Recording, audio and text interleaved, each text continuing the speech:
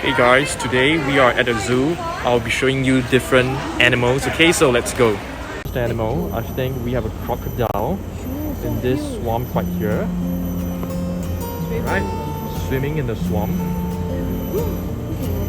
The one right over here, I think this is an Indian gharial. Next, we have a lowland anoa. It is actually the smallest of all wild cattle. Okay, it's actually right over here, really far away, so we can't really view it very clearly. So that's a lowland anoa. You can see that it has two horns. It's really beautiful. Okay, it's feeding time. Snack time for the anoa. Feeding the anoa with some carrots.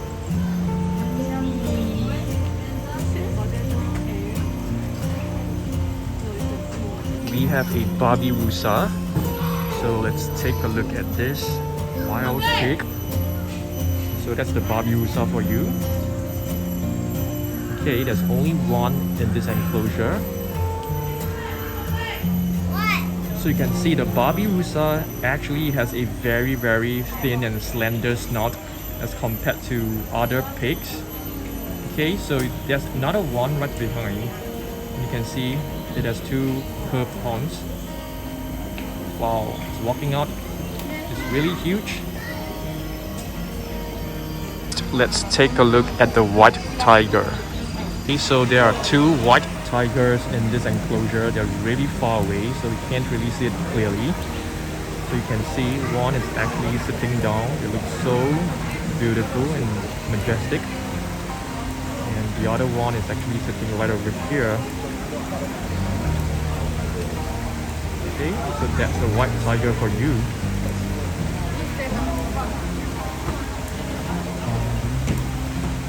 Next, we actually have a Philippine sailfin lizard. They are excellent swimmers. Let's take a look at them. It's actually sitting right here on this little tree trunk. Okay, it's really cool. So they are actually good swimmers. Let's take a look at the Vietnamese pond turtle. It is actually sitting right on top of the tree trunk again. Let's go down. It's just right over there. It's like a terrapin. We have an alligator snapping turtle.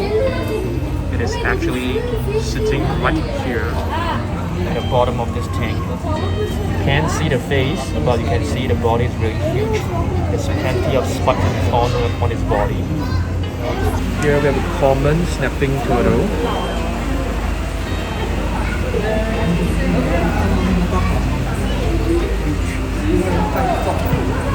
Next, we have a Pygmy hippopotamus. They spend most of the time in the water, but they can't float. Okay, it's actually right over here.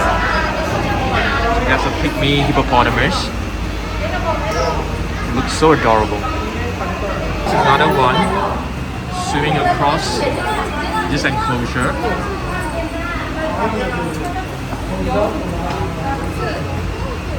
Let's take a look at this red-winged green giant stick insect. It is actually right over here. Okay, there's another one over here. It's really huge. All below.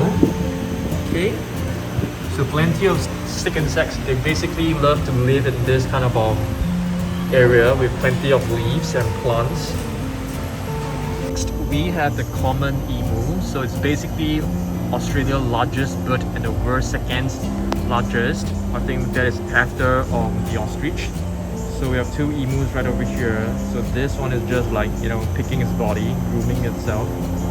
The other one is just sitting down. We have an animal called Nupella. Nupella basically means new or fresh in New Guinea. It's just eating some leaves on the tree. Really beautiful and cute. Let's take a look at the Hamadryas baboons, the Great Rift Valley of Ethiopia. Okay guys, so right now we are at the enclosure for the baboon. You can see there are a couple of them just resting over here, an adult one which looks really big, and there's a baby one just sitting there and eating some leaves. It's really adorable, I must say.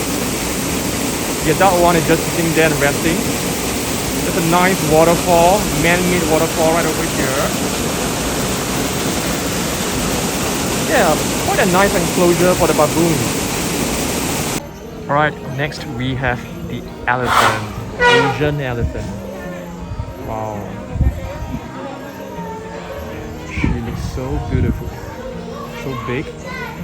I think she's about to do some tricks for us.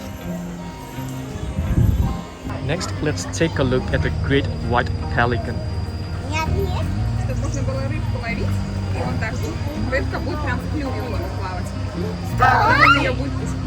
We're going to show you that very silent flight, but what we need you to do is to please remain in your seats, keep your flashes switched off, and most importantly, focus your attention over to Midnight. Whenever you're ready, Midnight. Right, let's see. There you go. Now, apart from the screeching, you would have noticed no other sound. They're very soft feathers. Look at the owl turning the head. Look at that, very impressive and just a little bit freaky. Now, the reason why they have the ability to give We have a teeth, spotted hyena. paws, bones, and even the hooves. They aim to run for long distances in search of their prey, and this is due to the size of their large hearts. Gracefully strolling in. Check this out. Right over there. Slowly does it, coming in like the African queen that she is. Isn't she absolutely gorgeous, ladies and gentlemen? This is Shami. These cats have long, slender forepaws, and this enables them to dig into burrows, hook at their prey, and pull it out to eat. And right now you can see the trainer, Pearlin. She has a feather attached to the end of a rope. When swung around, it mimics a low-flying bird. Now, this is something that a serval would hunt for in the wild. So this is a great opportunity for Shami to show off her hunting adaptations, her speed, her agility, and her pouncing. Shami's getting warmed up. Oh! Let's take a look at the crested gecko. Where is it? Let's try to find it. Oh, it's right behind that little branch. Right here. Can't really see it well. Yeah, that's the head. Next, we have a Madagascar hissing cockroach. So right here, plenty of them. Asian black forest scorpion. Right here. Another one at the top, crawling behind. Mexican fire lake tarantula. Right here. Knot-headed giant gecko. Right here.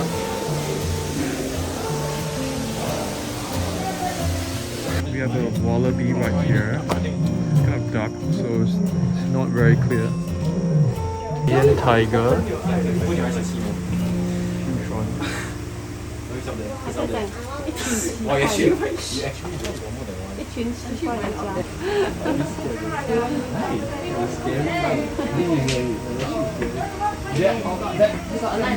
One is actually the collared owlet.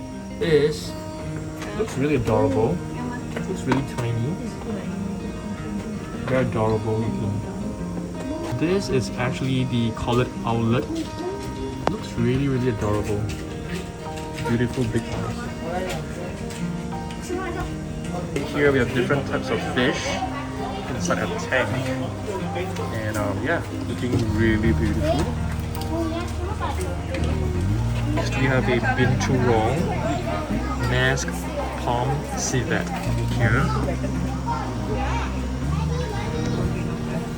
Really?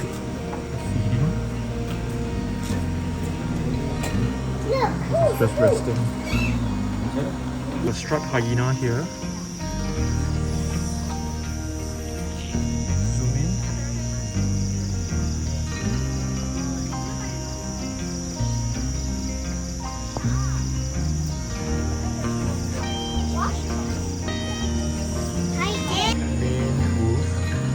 Main wolf, the tallest canine family member.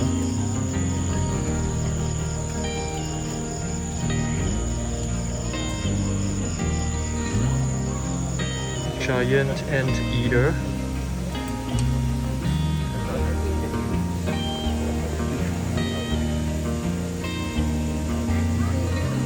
Oh, then three-banded armadillo. Let's take a look.